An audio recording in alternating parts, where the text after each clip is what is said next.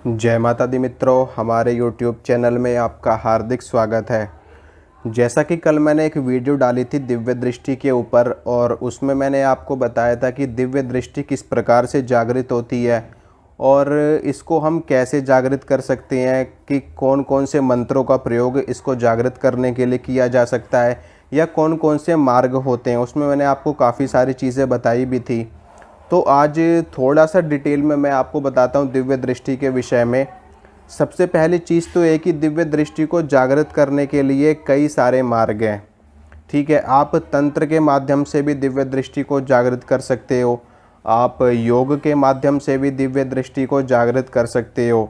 इसके अलावा आप मंत्रों का जप करके भी दिव्य दृष्टि को जागृत कर सकते हो। इसके अलावा कई बार आपने देखा होगा कि कुछ लोग सिद्धियां कर लेते हैं, जैसे कि किसी ने कर्ण पिशाचिनी को सिद्ध कर लिया। तो कर्ण पिशाचिनी भी आपको सारी जानकारी देती है भूतकाल और वर्तमान काल के विषय में। भविष्य काल के विषय में कर्ण पिशाचिनी जानकारी नहीं देती है। भविष्य काल के विषय में सिर्फ और सिर्फ देवी देवता ही जानकारी दे सकते हैं। तो जो लोग कर्ण पिशाचिनी की सिद्धि करते हैं उनको भी दिव्य दृष्टि प्राप्त होती है कर्ण पिशाचिनी के माध्यम से, भूतकाल देखने का और वर्तमान काल देखने का। इसके अलावा लोग यक्षिणी की सिद्धि करते हैं, और यक्षिणी के साथ में योगिनियाँ आती हैं। योगिनियाँ थोड़ी सी और भी ज़्यादा उच्च स्तर की शक्ति होती है, वो भी आपको इस तरह की शक्ति प्रदान करने में सक्षम होती है।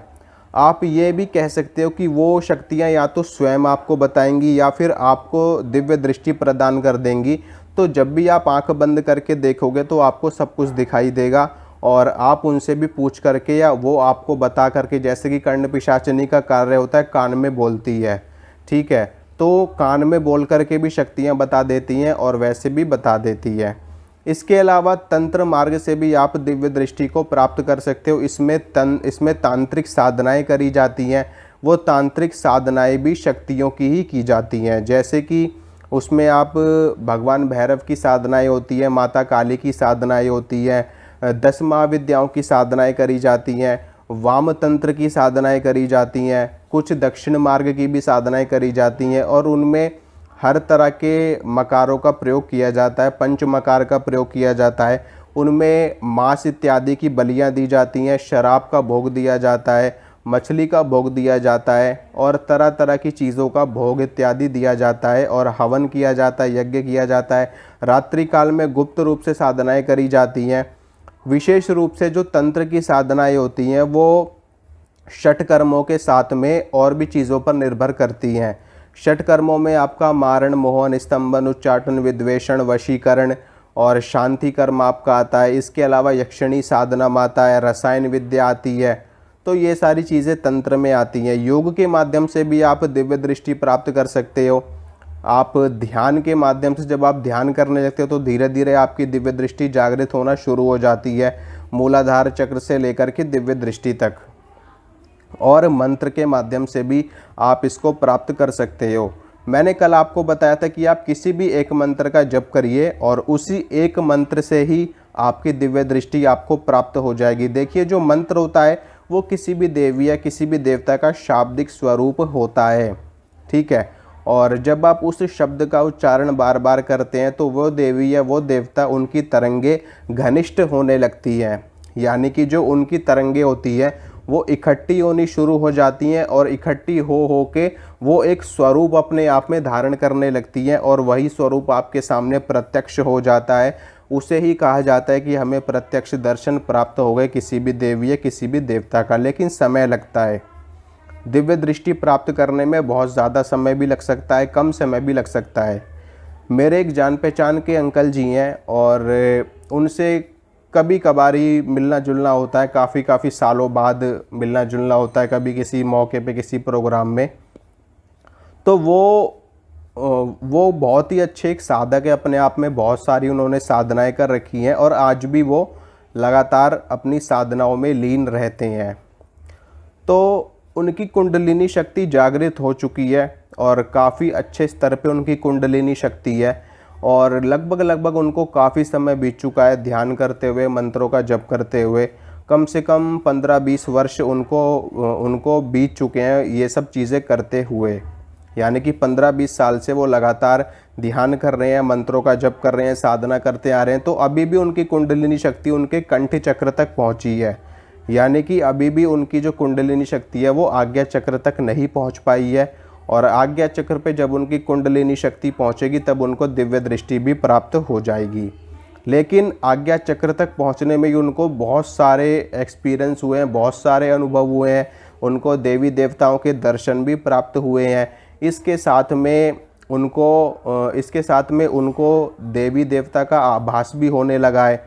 और बहुत सारी, यहाँ तक कि वो अपने सूक्ष्म शरीर से भी एस्ट्रल ट्रैवल जिसको हम एस्ट्रल ट्रैवल कहते हैं, यानी कि सूक्ष्म शरीर से यात्रा करना, ब्रह्मांडीय यात्रा करना, वो यात्रा करने में भी वो संभव हो चुके हैं। मतलब इस हद तक उनकी जो ध्यान की गहराई है, समाधि की अवस्था है, वो उनकी पहुंच चुकी है।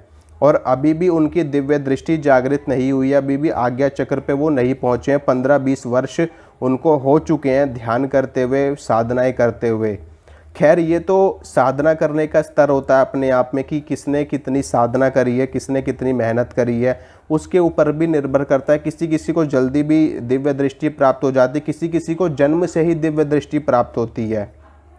ठीक है, किसी किसी को जन्म से ही, इसको गॉड गिफ्ट भी कहा जाता है कि जिसको जन्म से ही दिव्य दृष्टि प्राप्त है। और कई लोगों का पूरा जीवन निकल जाता है साधनाएँ करने में, तब भी उनको दिव्य दृष्टि प्राप्त नहीं हो पाती।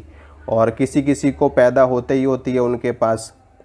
तो जो दिव्य दृष्टि होती है, मैं आपको बताता हूँ कि ये वास्तव में कार्य कैसे करती है। दिव्य दृष्टि जागृत होने का एक भ्रम होना एक अलग चीज़ है, और वास्तव में दिव्य दृष्टि प्राप्त होना ये एक अलग ही अवस्था है, ये एक अलग ही तरह की सिद्धि है। तो मैं आपको बताता हूँ, जिस भी व्यक्ति की दिव्य दृष्टि जागृत हो जाती है, वास्तव में मैं आपको बता रहा हूँ उसके साथ में क्या होता है कि उस व्यक्ति से कोई भी चीज़ अनभिज्ञ नहीं रह सकती। यानी कि वो व्यक्ति इस ब्रह्मांड के हर रहस्य को जानने में समर्थ होता है।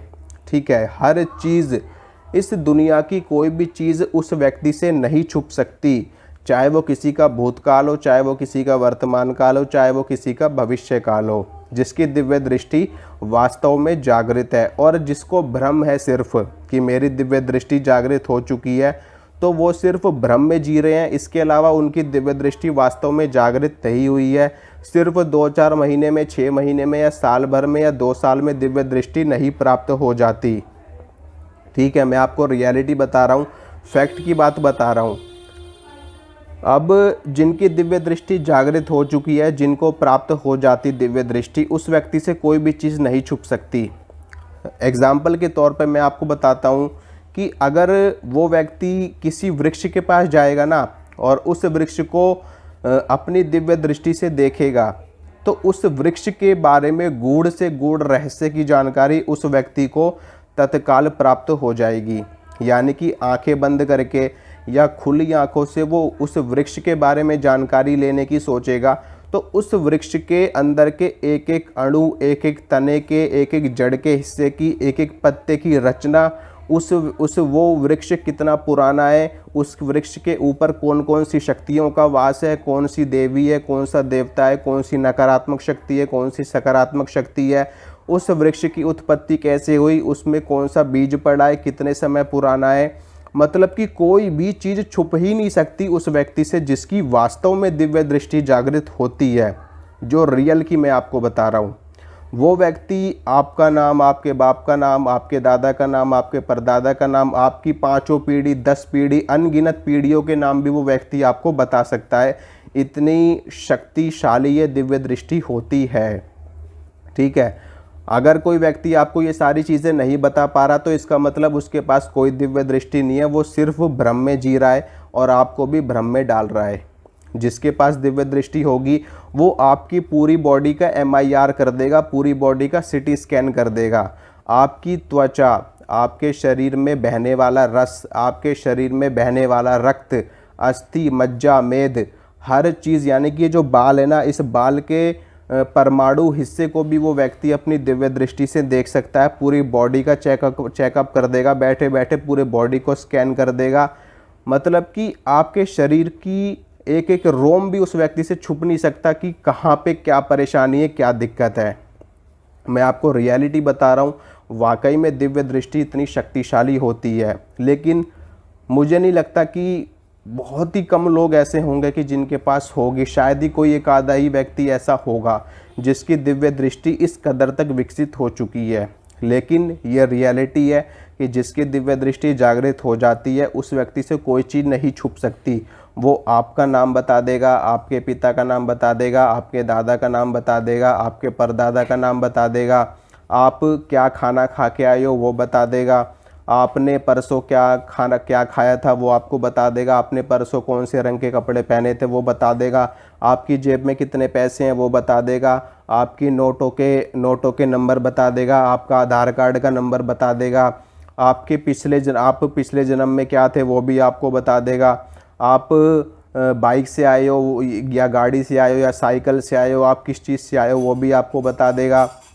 इसके अलावा आपके घर में क्या समस्या है, आपके घर का कमरा कैसा है, आपका घर कैसा है, आपके घर में कौन कौन सी चीज़ें रखी हुई हैं, आपके घर में कितने सदस्य हैं, कितने लोग हैं, आपकी जेब में क्या क्या चीज़ें रखी हुई हैं, है ना, आपके शरीर में कितने चक्र जागृत हैं, आपके कितनी चीज़ें आपके पास है, कौन सी शक्ति है कौन सी नहीं है।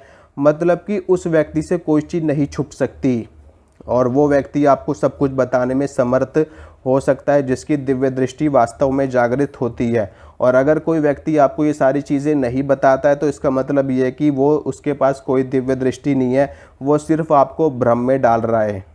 ठीक है, बस खाली सिर्फ और सिर्फ आपको सिर्फ ये बताना कि हाँ आपको ये प्रॉब्लम है, ये समस्या है, और बाकी सारी चीज़ों को ना बताना, ये दिव्य दृष्टि के लक्षण नहीं है। ये सिर्फ लोगों को बेवकूफ़ बनाने वाली चीज़ें हैं। मान लीजिए मेरे पास आप लोग आ गए, मैं भी ऐसे आंख बंद करके आपको बोल दूं कि आपको ये दिक्कत है। ठीक है, मान लो मैंने आपको 10 चीज़ें बता दी, 10 चीज़ों में से कम से कम 3 या 4 चीज़ें तो फिट बैठ जाएंगी आपके ऊपर। ठीक है, 3, 4 चीज़ें, 5 चीज़ें तो फिट बैठ जाएंगी आपके ऊपर। आपको लगेगा कि मैं सही बता रहा हूँ। नहीं, वास्तव में नहीं है। ये सिर्फ और सिर्फ तुक्के मारने वाली बात है और तुक्काबाजी ज़्यादा चलती है इस चीज़ में। मैं आपको रियलिटी बताता हूँ और ऐसा वास्तव में हो रहा है। लोग बहुत ज़्यादा भ्रमित हैं, लोग परेशान हैं। परेशान होकर के लोग कहाँ कहाँ जाते हैं। ठीक है, बहुत सारी जगह जाते हैं। मैं यहाँ पे किसी के बारे में विशेष रूप से नहीं कहना चाहता, लेकिन मैं आपको कहना चाहता हूँ कि वास्तव में भटकने से कोई फ़ायदा नहीं है आपको। अगर मान लीजिए वास्तव में सारी चीज़ें हैं आपके पास, वास्तव में आप बहुत बड़े सिद्ध हो, आपके पास दिव्य दृष्टि है, आप सब चीज़ करने में समर्थ हो, तो फिर क्यों नहीं ठीक होते लोग? क्यों लोग फिर भी परेशान रहते हैं? उनकी समस्या किस जगह से है वो क्यों नहीं आप एग्जैक्ट बता पाते? तो इन सब चीज़ों में कुछ नहीं रखा। ठीक है, भटकने से कोई फ़ायदा नहीं है।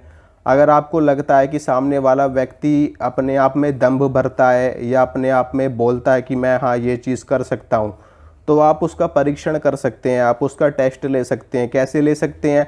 आप उससे बोल दीजिए कि हमारे परिवार के 10 लोगों के नाम बताओ। ठीक है, अगर वो व्यक्ति बता देता है तो समझ जाओ कि हाँ वो व्यक्ति वाकई में जानकार है। आप उससे बोल दो कि बताओ हमारी जेब में क्या रखा है, बताओ हमारे पास कितने पैसे हैं, बताओ हमारे आधार कार्ड का नंबर, बताओ हमारे घर का एड्रेस, बताओ हमारे घर के 5 लोगों का नाम बताओ, हमारे घर के 10 लोगों के नाम बताओ, बताओ हमें कौन सी बीमारी है, बताओ हम क्या खाना खा के आए हैं, बताओ हम बाइक से आए हैं कि कार से आए हैं या साइकिल से आए हैं, बताओ हम कहाँ पे रहते हैं, हमारा घर किस जगह पे है, बताओ। अगर सामने वाला व्यक्ति वाकई में सक्षम है देखने में, वाकई में उसके पास शक्तियाँ, दिव्य दृष्टि है, आज्ञा चक्र उसका एक्टिवेट है, भ्रिकुटी त्रिकुटी सारी चीज़ें उसकी सिद्ध हैं, तो बता देगा, बिल्कुल बता देगा, निश्चित रूप से बता देगा। अगर कोई नहीं बता पाता तो दिव्य दृष्टि जागृत नहीं है। हाँ, हो सकता है कोई वैसी छोटी मोटी शक्ति हो, कोई वैसी छोटी मोटी चीज़ हो जो थोड़ा बहुत इंट्यूशन आपको देती हो, थोड़ी बहुत जानकारी आपको दे देती हो, लेकिन इसे आप दिव्य दृष्टि का जागरण नहीं कह सकते, इसे आप थर्ड आई का जागरण नहीं कह सकते, और ये चीज़ें नहीं हो सकती। ठीक है, तो आप लोग अपनी समझ से काम करिए, अपनी सोच से काम करिए। बेवजह में बेवकूफ़ बनने की ज़रूरत नहीं है। ठीक है, अपनी साधनाएं करिए, अपने मंत्रों का जप करिए। मंत्र के जप से दिव्य दृष्टि स्वतः जागृत हो जाती है, आपको अलग से कुछ भी करने की आवश्यकता नहीं होती। ठीक है, आप ध्यान करिए, मेडिटेशन करिए, धीरे धीरे आपके चक्रों का भेदन होगा। मूलाधार, स्वादिष्ठान, नाभि, मणिपुर, अनाहत, विशुद्धि, धीरे धीरे सारे चक्र जागृत होंगे तो आपकी दिव्य दृष्टि भी आपको प्राप्त हो जाएगी। और यूं ही भटकोगे, कुछ नहीं मिलने वाला। बस खाली कोई योग्य व्यक्ति देख करके, कोई अच्छा जानकार, कोई अच्छा सिद्ध हो, उनको देख करके उनके चरणों में प्रणाम करके उनको गुरु बनाइए, उनसे गुरु मंत्र लीजिए। अगर वो भी आपको नहीं मिलते तो अपने इष्ट देव को या किसी योग्य पंडित से, किसी वेद पाठी ब्राह्मण से, अपने भगवान शंकर को, अपने इष्ट देव को, उनको गुरु मान करके उनसे मंत्र लीजिए जिस मंत्र में आपकी रुचि हो, और उसका जाप करते रहिए। 2, 4, 6 वर्षों में, 10 वर्षों में या 12 वर्षों में आपकी शक्तियाँ जागृत हो जाएंगी और आपकी दिव्य दृष्टि भी खुल जाएगी। आपको मोक्ष की प्राप्ति होगी, आपके कार्य सिद्ध होंगे। बस यही सबसे बेस्ट है आपके लिए। ठीक है, तो जय माता दी। मिलूँगा आपसे अगली वीडियो में, तब तक के लिए